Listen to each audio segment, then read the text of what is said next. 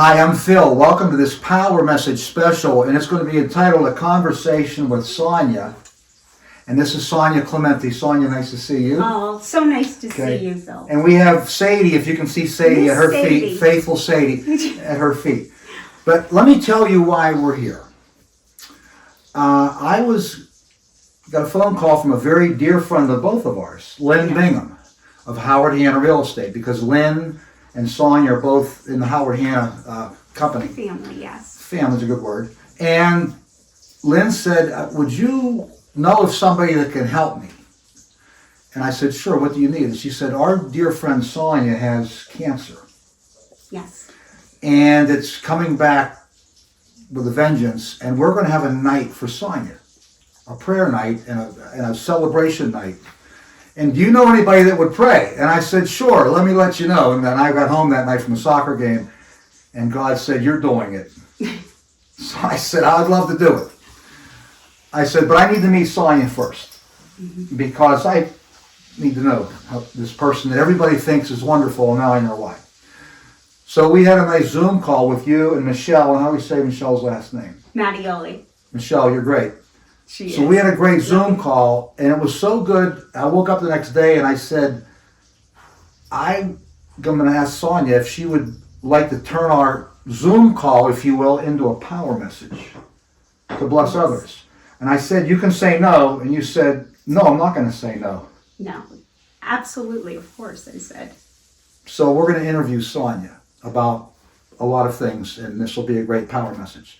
So first of all, you grew up in this area. You went to Ringgold High School. Yes, I grew up in the Mon Valley and went to Ringgold and then graduated from Charleroi. And then you did something that no one on earth would believe you did. Okay? Yes. What did you do after high school? I joined the Marine Corps. You went to the Marines. Straight to the Marine Corps, yes. Okay. And you were a toughie, right? The Marines, these Marines are tough. Not me. Look at me. I'm not that tough. But you Don't did it. ask You my husband. did 4 years. 4 years, and then while I was in Okinawa, Japan during the Gulf War, I could tell you a great story that Tell I me. hurt my ankle, and at the Gulf War, but I was actually at work and one of my corporals was buffing a deck, and I stepped, and buffing is, waxing the deck. Okay. The deck is floor. You know that. And I stepped in the wax and it snapped my ankle backwards. Gosh. So Well, it was an on-duty injury. it was an on-duty injury, and then I remember my gunny. You're going to see my bunny slippers. I had my leg up, and my foot was hanging this way. Oh, gosh. And I took my foot in front of my gunny, and I just twisted it right back, and it hung. And he goes, "Don't worry, she'll be back to work tomorrow." I wasn't. But how long did it take to recover from that? It took a while. So I was on crutches for a while. I've had several surgeries on it, but at that time, they had told me in the Marine Corps, you will never be able to run like you did again. And I would be stuck behind a desk, and I wasn't about to do that. And as a professional realtor, you've been anything but behind a desk. We're always on the go. Right. So Our you've been global learned to live office. with this? You're okay with... I have. Like I said, I've had 3 right ankle surgeries, but you just keep going and persevere. So to continue your journey, you finished the military, you came back to Pittsburgh. You were in Georgia for a little stint as a police officer. Yes. You came back to Pittsburgh, and you were having a big issue with your telephone. And they sent a guy over to fix your phone. And I think the guy's in the other room right now, isn't he? He's somewhere, that telephone man. Okay, so he lingered. He was a long repair. He lingered, he got your phone number. Yes. Way to go, Sean. Yes, he got my phone number. And that was 25 years ago, the same year Beth and I were married. Yes. So that was a pretty cool thing. So 25 years ago, then you made your way out here this is Hampton, right? You're in Hampton, Gibsonia. Yes, we're in Gibsonia, Richland Township, and we've been here since 1999. Okay, and how many years as a realtor? So I have been a realtor since 2002. Okay. 21 years. And you not only were you a producer, you were a manager Yes. as well. So, and just I'm going to shout out to Mary Eve Kearns and Kevin Mim, because they're my 2 good friends in Howard Hanna. Aw. And you know them very well. And of course you, Lynn. And who else? Lynn. Oh, well, we said Lynn earlier, I know, but I'm not but going to we forget love Lynn. Lynn, Yes, baby. and Lynn and Craig and Margot right there, okay, and Corey. Okay, so now we want to be serious. Okay, when were you first told that you had cancer? So it was a crazy story. What had happened was when I was managing, I ended up having all kinds of episodes, a lot of bleeding. I had to be taken out of the office, and I was in dire need of a hysterectomy. And I kept saying that it feels like there's a baby's head in my stomach. And finally, after the second time being taken to the emergency room, my doctor scheduled the hysterectomy. The day of the hysterectomy, my mother and I asked, "Are you taking out my ovaries?" And he said, "Well, we're going to take a look at them and see, what's going on." And I said, "I prefer to have them taken out." My mother then said, "My sister died of ovarian cancer." And so when I woke up, I asked, and they were still there. So I was okay for a little bit. Not even a year later, I started having issues. And can I interrupt? What year was this? When was this? So when I had my hysterectomy, I believe it was 2017. Okay. 2017. 2018, at the end of 2018 is when I left management because I just felt sick all the time, even after the hysterectomy. So 2019, I'm back into sales. That September, something changed. So that was, September of 2019. I could tell something was not right. So I spent the next 2 years going to every doctor. And they diagnosed me with fibromyalgia. They diagnosed me with rheumatoid arthritis. It was like one thing after another. Digestive issues, medicine left and right. And then finally, I want to say it was like around 2022, March of 2022, I was talking to Sean and I said, "Hun," I go, "if they don't find this, I know I'm going to die." And he goes, "Why do you say that? Like, why would you even say something like that?" And I said, "Because I feel it with every cell in my body. Like, I just know it needs to be found." And it was interesting, and maybe it may be a little far-fetched for some people, but I'm going to tell you, one of my clients called me one day, and it was around that time, and she asked me to meet her at Panera, and she said, "Sonya, my grandparents came to me last night." And I said, "Okay." Her grandparents are deceased. Okay. And she said they were talking about you. And she said that they want you to go back to your original doctor. And the original doctor was blowing me off. And I was so upset my blood pressure would be high every time I went in there. And I said, "Okay, I'll do it." And she said, "You have to go back." So that was one message that was sent to me. The second was, I'm driving down the road with my girlfriend. A deer jumps out onto my side of the car. And I shut my eyes and I felt something just go into my stomach. And I seriously thought I was going to find the deer in my belly. It was the seatbelt. And second time, get to the hospital. Somebody's telling me to go. Okay. And then I finally get that prescription from that doctor when I go back. And they send me for a sonogram on a Saturday. So I go up to the Lemieux Center up in Cranberry. And what had happened was the results pop up on your phone immediately. Gosh. And it said something like loose stool or bowel. And I was fearful that, oh my goodness, am I going to go septic? Like, I thought there was something really going on here. So Sean was away fishing and I was by myself that weekend. So I just said, I'm going to the emergency room because you never know. So a friend ended up going with me. We get to the emergency room. My friend gets a hold of Sean. He gets there. We're there for hours. Finally, after CT scans, blood tests, everything, a doctor walks in and he looks at me and he goes, "You look sick." He couldn't even say it. He had to sit down and he goes, "We believe you have ovarian cancer." And I looked at him with the biggest smile on my face and I said, "Thank you." Like, I prayed to God that whole time, please let them find it today. They have to find it today. I know they have to find it today. So there was a certain relief in knowing now Yes. what you had to fight. Yes. Okay. Now you said that was March of 22 when this was all happening. Yes. And just so who knows what year you're going to be watching this, but right now we're sitting here, it's November of 23. So about a year and a half ago, you get this punch to the stomach, but at least you knew what it was. Yes. And I believe that you said, did they say a year and a half? What did they say? So what had happened was so let's roll back to the hospital. Okay. So they admitted me immediately.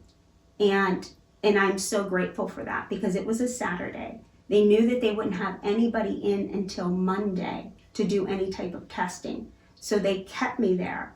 And there was a specific oncologist who was wonderful. And he said, "If I let you go, you may not make it." He goes, "I am not letting you out of this hospital until we have a plan for you." Okay. So he said, "You will have like your a gynecologist, oncologist. We're going to set up and already have chemos, ready for you. And we'll have a plan in place for your surgery." So that Monday they did the biopsy. I met everyone. The following Tuesday, I started chemo. Okay. That's unheard of Okay. because usually you're sent to this doctor, then that doctor, then you have to get a biopsy and scans. And by that time, it's too late. Okay. So. And stay with us because we're going to get to a part where there's hope. So don't click off. Stay right there. Now, so this is March, but you said something to me about there being an 18-month period. So what happened was they had me set for 3, and because we're at the 18th month now. Yeah, well, we are. But Okay. what happens is they did 3 rounds of chemo. I had a total debulking. I was cut from here where they took out the omentum, all of the tumors. They tried to get out as much as possible. And then they did 3 more rounds of chemo. In September, October-ish, they said that I was cancer-free. As long as I stayed that way until January, because ovarian cancer, especially stage 3C, it's a deadly, deadly cancer. So this is now we're September of 22. They do these things. They say that you could be cancer-free. And your son's getting married when? November. Okay, so you're all excited about that, of course. Yes. And that's Sean. And his wife's name is? Susan. Okay. And I already met Skylar's your other son. So you have a Yes. beautiful family. Yes. Yes. So he's getting married in 2 months. Mm-hmm. We're praying to be cancer-free. And I think something happened right before the wedding. Yes. So what happened was in October, I started having a lot of pains. And I was telling Sean, I go, something doesn't feel right. And I called the doctor and they were like telling me to take meds. And I said, no, this is different. I need to come in. I think they need to do a CA-125 and I need to have a CT scan. So what happened was my insurance denied the CT scan. So we were fighting with the insurance for a week. Now it's the Friday before the next weekend of my son's wedding. So just think that it was the Friday, a week before the dinner rehearsal. I get my CT scan. That Monday, I find out that my cancer was back and metastasized, which I don't think it ever went away.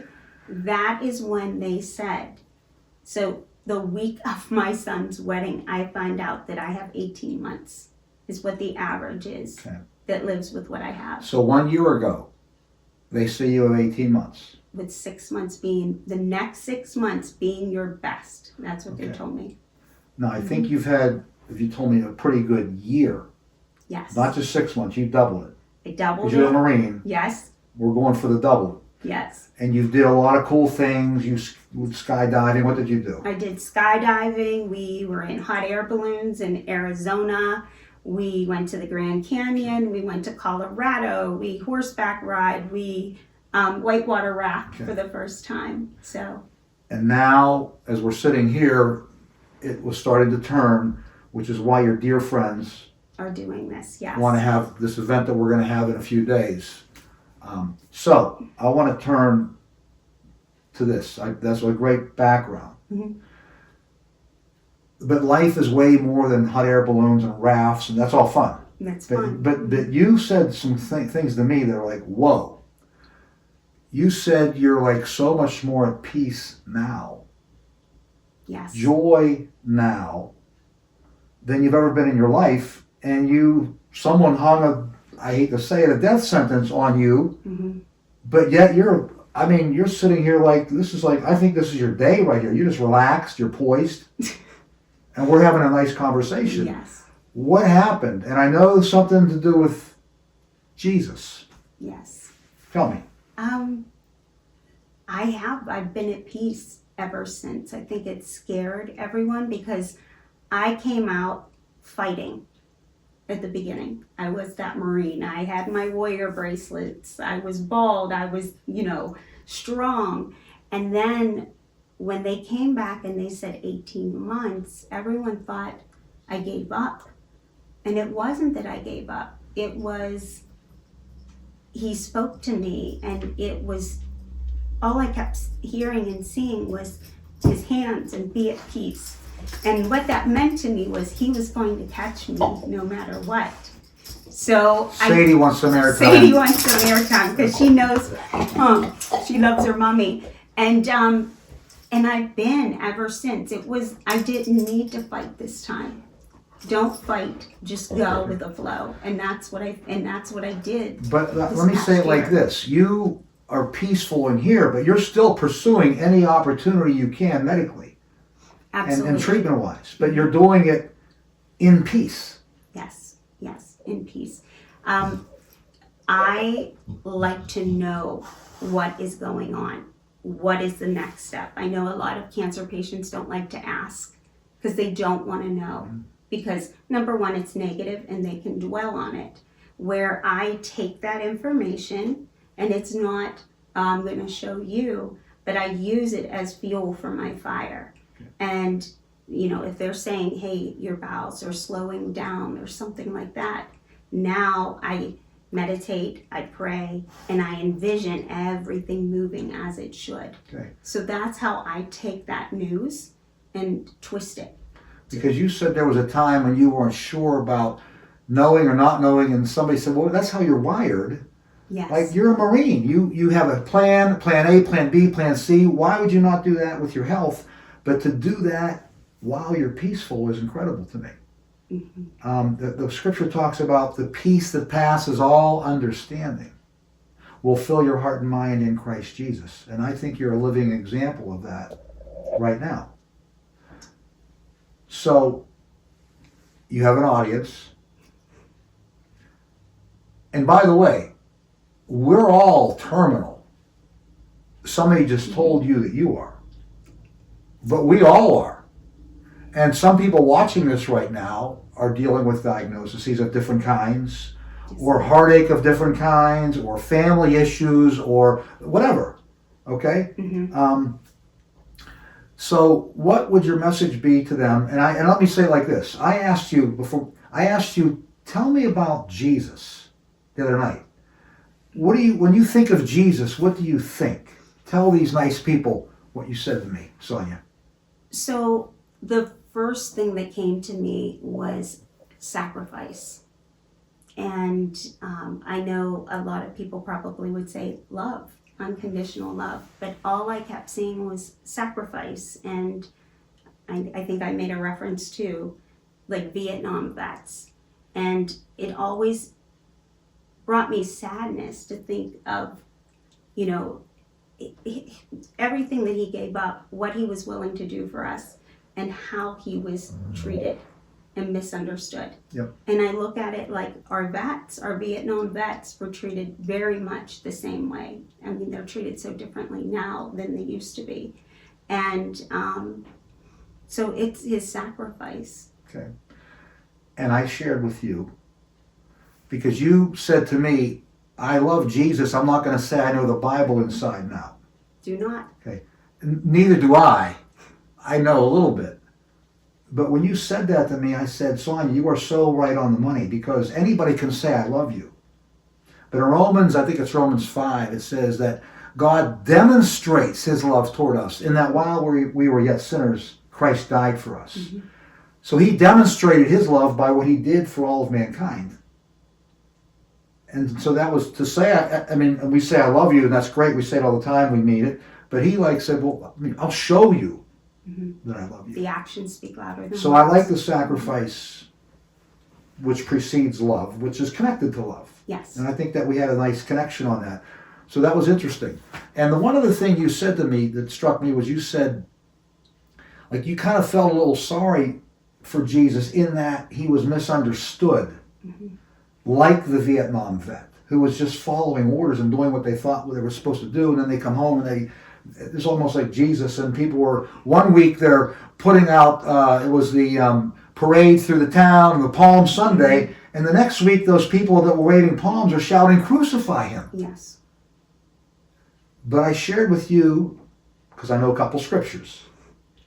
In the book of Hebrews, it says that of Jesus, it says that for the joy that was set before him, he endured the cross. He considered it joy to do what he did for us. And someday we will see that. And I'm talking a little too much. I'm going to ask you a question in a second, but I just want to share this point. In 1 Corinthians 13, it says that, and that's the love chapter. People read that a lot at weddings. If I have the love, if I can speak with the tongue of men and angels but don't have love, I'm just a loud cymbal. That's the love chapter. They read it a lot of weddings. But in that chapter, it says, right now I know in part, but then in heaven I will know even as I am known. So we're going to get to heaven and understand all of the mysteries, mm-hmm. not only of the whole world, but of ourselves. Why did you have cancer? It'll be perfectly understood, embraced, and accepted. And I think you're embracing it now. But not everybody that's dealing with something is understanding it now. But someday we will. Mm-hmm. And I just hope that, and I'll just say one more thing, then I'm going to ask you a question. Before Jesus went to the cross, he said, Father, if you can take away this cup from me, that would be good. But nevertheless, not my will, but your will be done. I think you've embraced that. I have. Not what I want, but what do you want? Mm-hmm. And then someday we'll understand it all. No one that's in heaven right now is upset. No. No one. But specifically, let me have you speak to the camera, and the person that has cancer right now, mm-hmm. the person that has a loved one that has cancer right now, because it's hard on them too. Yes. The person that has illness, family, discord. I think you have a thing. I'm going to let you say it, because you have a certain letter. You like to talk about a certain letter that I think will help people. What's your famous saying, Sonya? So cancer's new F word is forgiveness. The F word. The F word is forgiveness. And when we can forgive ourselves and forgive others, it's so much easier to find that peace. It's so true. So that was a big part of you being at peace right now, was forgiveness. A big part of my healing. And, I feel that cancer may have infected my physical body, but it has healed my spiritual body, or I should say just my spirit in general and my mind. I think it has made my mind stronger. Again, as a Marine, that's how we're trained, and we're supposed to just be able to handle things. And that was part of this training too. There's a strategy. If this doesn't work, what are we implementing? What's next? And we always have to remain calm. And even in the Marine Corps, they teach you breathing. So you just said you had to forgive yourself for certain, and we all probably need to, if we look deep enough, there's things in there that we need to, yes. We feel like we came up short, but it's okay to forgive yourself, because God certainly forgives us. Mm-hmm. Okay. So maybe that's easier to do in a sense, because that's just between you and yourself. But then you have other people involved where either we need to proactively forgive them or we need to ask them for forgiveness. And you've had to do that. And I've done that. And it has just brought so much peace, and it's been a blessing. All of this has been a blessing. And, a lot of people don't understand how I can say that, but I will tell you a few years ago, I started losing trust in mankind, people in general. And what's the first thing we want to do? We want to protect ourselves. So we go into our little shells, we stay in our homes, we hide behind our screens or our phones. And for me, it was that time of healing. Like I needed to figure out what was going on, and I didn't need that outside static, that noise. But when this diagnosis came around, he spoke to me and said, you need to share this. You need to put it out there. People need this. It's not going to only heal you, it's going to heal others. And that was challenging for me because you're putting yourself out there, you're vulnerable. You don't know what people are going to say. And it didn't matter. I just did it. And people embraced me, and they have been here. And I don't feel alone. I don't feel that my family and I feel that we are alone in this fight. So many people just want to hide and not let anybody know what they're going through. And that's not what Jesus wants. That's right. We are to be there for each other as a community and come together. And that's what I'm hoping that my message has done. I know a couple scriptures, and one of them says, bear one another's burdens and so fulfill the law of Christ. And the law of Christ is to sacrifice for others, to do unto others as you would have them do unto you, and to love your neighbor as yourself. And some neighbors are easy to love. I've got great neighbors. And some, and I mean, when I say neighbors, I mean anybody. Yes. I mean, okay, and some are very easy to love and some are not. And some we need to forgive and some we need to ask forgiveness, and you've done that. And that's why you say you're spiritually healed. Yes. And what a gift to be spiritually healed. So you're an amazing person. Thank you. I think this is going to be good for people. This is enough right now, but who knows? We may do part 2 later. But I want to tell you something. Sonya Clemente is an amazing person. Thank you for bringing me into your home. Oh, thank you. Thank you. I'm so happy that we just, look, I have to give you a hug. You're so all right, and we're going to say, so listen, this is the Phil Henry Power Gospel. I hope you follow us on our YouTube channel. We have a website. Every day, Instagram, Facebook, and Twitter, now called X. And you can follow us daily. And we've done other cancer messages. We've done one about Mike Barnett, a good friend of mine. We did one about Al Hiles, who doesn't live far from here. He's a beautiful person, a deacon in the Catholic Church. Paul Sebastian, my good friend, and Big Nick Caprone. So we've done other cancer messages, but this is special. And I get to be with you and your family and your friends Monday night. So the time you watch this, we'll already have had this big celebration. Yes.